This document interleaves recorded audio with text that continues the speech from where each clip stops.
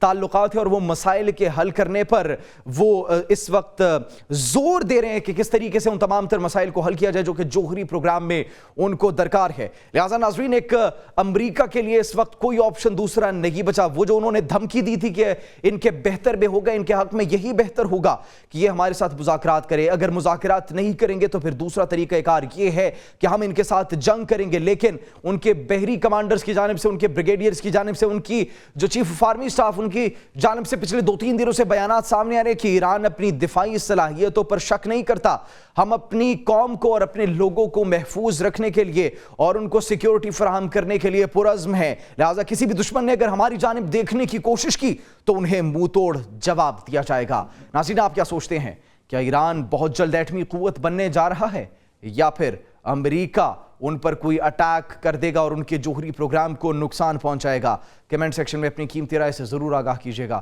اپنا بہت خیال رکھیے. اللہ نگہبان.